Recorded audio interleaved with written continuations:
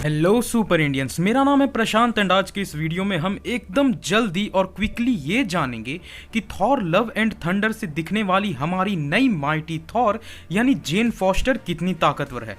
वैसे एक हिंट दूं, ये थॉर और खुद ओडिन तक से लड़ चुकी है एंड मैं बता रहा हूँ गाइस कि इस वीडियो में दिखने वाले फीट्स एक रेफरेंस की तरह आप मान सकते हो कि मूवीज में भी जेन फॉस्टर एटलीस्ट इतनी स्ट्रॉन्ग तो दिखेगी ही दिखेगी।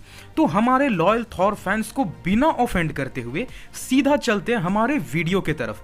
तो वीडियो किसी पार्ट्स में नहीं बटा है गाइस, मैं सीधा आपको जेन फॉस्टर यानी माइटी थॉर के सबसे तगड़े एंड इनसेन फीट्स बताऊंगा। तो बिना किसी देरी के चलिए शुरू करते हैं। तो जेन फॉस्टर की जो बेयर हैंड्स की स्ट्रेंथ है ना, हाँ, जिसे हम बाहुबल बोलते हैं, वो इतनी ज़्यादा है कि 2014 के थॉर इशू 3 में वो दरवाजे जो वाइब्रेनियम के बने हुए थे और उन पर से जिन पे एडमेंटियम की कोटिंग करी गई थी, उन दरवाजों को जेन अपने बेयर हैंड्स से उधेड़ दी थी एंड जिस जगह को वो होल्ड करी थी वो वाइब्रेनियम पे डेंट पड़ गया था।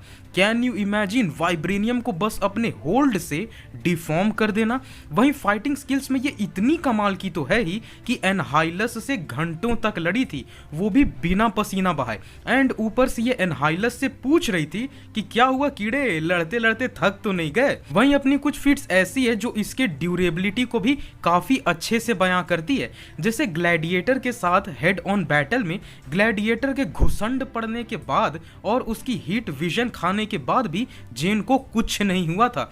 वहीं शियार गॉड्स के साथ इसकी भिड़ंत में जो power blow point blank range से जेन के चेहरे पे पड़ा था वो पूरे एक न्यूक्लियर एक्सप्लोजन के बराबर का था, बट उससे भी जेन को कोई खासा असर नहीं पड़ा था। तो अब फाइनली मैं ले चलता हूं जेन फॉस्टर के 3 सबसे बड़े फीट्स पे। फाइट नंबर 1, जेन वर्सेस थॉर ओडिनसन। तो ये फाइट हुई थी 2014 के थॉर सीरीज के 4th इशू में, जहां थॉर जब ये जानता है कि उसका हथौड़ा कोई दूसरा इंसान उठाए इधर उधर थॉर बना घूम रहा है, तब थॉर जेन से लड़ने आ जाता है एंड इनकी फाइट एक्चुअली कमाल की होती है, जहां थॉर एक्चुअली सिर्फ इस बात से गुस्सा हो जाता है क्योंकि जेन उसे शांत होने को बोल देती है एंड उनकी ये फाइट एंड होती है जहां जेन ऑलमोस्ट थॉर को ओवर पावर कर चुकी थी एंड थॉर म्योनिर को अपने पास सम्मन करना चाहता है, बट म्योनिर जेन के पास चली जाती है, जिससे थॉर को यह एहसास होता है कि वो अभी भी वर्दी नहीं है। वैसे थॉर फैंस, इस बैटल से मैं ये कंक्लूड नहीं करना चाहता कि जेन ज्यादा पावरफुल है, ना जी, बिल्कुल ना, थॉर ही पावरफुल है। कॉज इस फाइट से पहले थॉर काफी फिजिकली एंड मेंटली थका हुआ था एंड बेचारा अपना एक हाथ भी खो चुका था, तो वो जेन से अपने फुल माइट से लड़ नहीं पाया। बट ये फाइट जेन के हक में फिर भी चले जाना थोड़ी इंप्रेसिव बात है, क्योंकि अनलाइक थॉर जो है ही एक गॉड, जेन असल में एक इंसान है।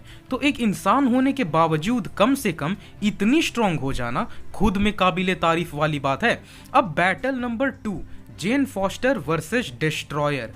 इसी 2014 वाली सीरीज के इशू नंबर 7 में जब जेन फॉस्टर से म्योनिर वापस लाने के लिए डिस्ट्रॉयर को भेजा जाता है, देन मैन, ये फाइट सबसे औसम थी। कॉज इस फाइट ने जेन के फाइटिंग स्पिरिट को दिखाया था। डिस्ट्रॉयर ने जो पहला ब्लो मारा था ना, वो सूरज के तापमान जितना हीटेड ब्लो था जो सीधा जेन के चेहरे पे पड़ी थी एंड वो फाइट कुछ ऐसी टर्न आउट हुई कि डिस्ट्रॉयर खुद म्योनिर लेके जेन को मारने लगता है। उस मोमेंट में पता चला था कि जेन बिना म्योनिर के भी गॉड ऑफ थंडर बनी रह सकती है एंड काफी देर तक म्योनिर ना रहने के बाद भी उसका गॉडली फॉर्म डिसअपियर नहीं होता। इनफैक्ट उसकी ड्यूरेबिलिटी इतनी कमाल की थी कि डिस्ट्रॉयर उसे म्योनिर से अंधाधुन मारता जाता है। इतना मारा था कि जेन लिटरली खून की उल्टियां करने लगी थी। उसका आर्मर पूरा टूट चुका था, but still she was intact to face the world shattering hits of म्योनिर। एंड उस पे से जेन के डायलॉग्स, वो कह भी रही थी कि भले तुमने मुझे मेरे ही हैमर से इतनी बार मारा, भले ये बैटल में मेरी मौत हो जाएगी, बट आज वो दिन नहीं है कि मैं एक कायर की तरह मरूं। If I am going to do this then I will do this as a hero. यानी सोच सकते हो गाइस, इंसान होने के बावजूद, अपनी कमजोरी देखने के बावजूद, मौत के आगे खड़े होने के बावजूद, she was on her feets to fight. वहीं जेन की आखिरी फाइट में लूंगा जेन वर्सेस ओडिन। 2016 के माइटी थॉर के इशू 4 में ये लड़ाई शुरू हुई थी एंड ये चली थी पूरे 5वें इशू में। इस इशू में इनकी लड़ाई ही शुरू होती है प्लैनेटरी लेवल पे एंड जहां ये लड़ रहे होते हैं वो सैटर्न का एक मून होता है। इस फाइट की इंटेंसिटी इतनी ज्यादा थी कि ओडिन के मारे हुए ब्लोज आउटर स्पेस से भी दिख रहे थे एंड उन ब्लोज के झेलने की वजह से जेन का आर्मर तक टूटने लगा था। बट जेन की स्ट्रेंथ भी इतनी कमाल की थी कि वो ओडिन को मार के खून निकाल दी थी। वहीं जेन इतने पे नहीं रुकी थी, ओडिन को थोड़ी देर फेज आउट करने के बाद वो ओडिन पे एक एस्ट्रॉइड उठा के दे मारती है। बट जैसे ही लगने लगता है कि ये फाइट अब कंक्लूड होने वाला है, वैसे ही ये फाइट फ्रीगा की वजह से एंड हो जाता है एंड हमें कोई क्लियर विनर नहीं मिल पाता।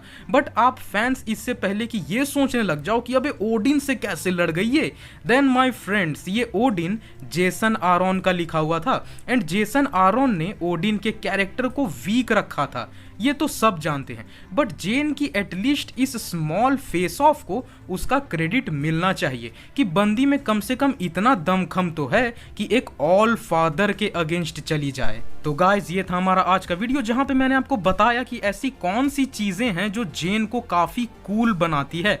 और अगर आपको ये वीडियो पसंद आई हो तो इस वीडियो को लाइक करें और अपने दोस्तों के साथ शेयर जरूर करें। साथ ही कमेंट करके हमें ये बताएं कि आपको क्या लगता है कि MCU जेन फॉस्टर के माइटी थॉर को फेज 4 में कब तक कैरी ऑन करेगा। और ऐसे सुपर ऑसम कंटेंट के लिए हमारे चैनल सुपर इंडिया को सब्सक्राइब कर दें और सारे वीडियो सबसे पहले देखने के लिए नोटिफिकेशन आइकन को प्रेस कर दें। तो मिलते हैं अपने नेक्स्ट वीडियो में, टिल देन बाय बाय।